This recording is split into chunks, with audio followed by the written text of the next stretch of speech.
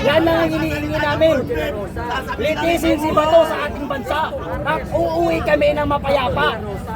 Huwag sa ibang bansa. Ang tao bayan, hindi pa sa bulero, pero wag kami sumungan. Diba, nasa gula ng katotohanan. Alam namin na kahit anong oras pwede kaming kasuhan. Pwede kaming ikulong, pwede kaming patayin. Dahil wala kaming pera, pero ang hinihingi namin, litisin si Bato sa ating bansa. Huwag dalhin sa ibang bansa. Talaga nga, pero tingnan nyo yung ginawa ng tao. Hindi, nagkamali lang 2 beses sa beses, primitism nila. Tingnan nyo yung mga nagawa. Gano'n ang pasiyan nyo. Hindi yung puro katanganan kung pagasin nila. Sa bulong ng gobyernong yan. Pasiyan nyo yung mga nagawa ng tao. Kahit sa ating dugon, dapat Dali, pumunta na kayo dito. Lahat ng taga-Baseco, dali mo dito. Pati yung tondo. kinidnap na okay lang sa inyo. Supreme Court kami, nagkakagulo na rito. Senado, pare, Senado. Senado, pare. Nagkakagulo na ang tao dito. Pare. Supreme Court assassin. Senado. Okay lang sa inyo. Ano nangyari kanina? Ano nangyari kanina? Ba't nagkagulo? Pasay. Hindi nagkaunawaan lang, kuya. Hindi lang nagkakaunawaan. Ang gusto lang namin na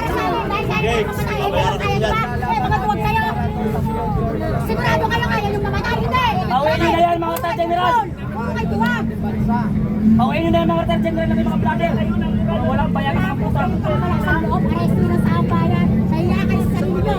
Bago nyo gawin na sa bagay, pagkasiw kayo ng maraming beses. Nang hindi kayo kanyanak, katawa-tawa. Sa ibang lahi. Kaya ang Luzon, puno ng mga buhay ang kurakot dahil nagbibingi-bingi ng mga tao sa Luzon. Correct. Kaya pinamumugaran kayo ng mga magdanako na politiko. Alam mo, tinatapalan ng amo nyo eh. Alam mo, tinatapalan ng gusto nyo, di ba? Pero Tignan nyo. okay sa inyo. Punta kayo ng Mindanao. Wala kayong masyadong makikita ng mga malimos. Punta ka sa Luzon. Ang dumi ng Luzon. Puro na mga malimos.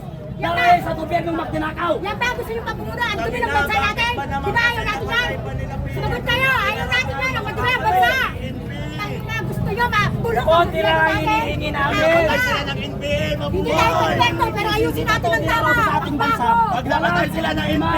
Magkaroon kayo ng takot sa Diyos. Magkaroon kayo ng Diyos sa buhay. Hindi kayo kahiyahiyan pagtawanan. Ang hinihingi lang namin si Bato litisin sa ating bansa. Yun!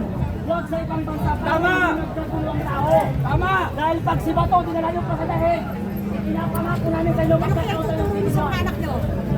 Ano tutulong nyo? Nasa sa blok mo Walang kwenta yan, walang kwenta yan. Ano? Ano ba gusto nyo? Patay mo na kaya ba? Ano ba?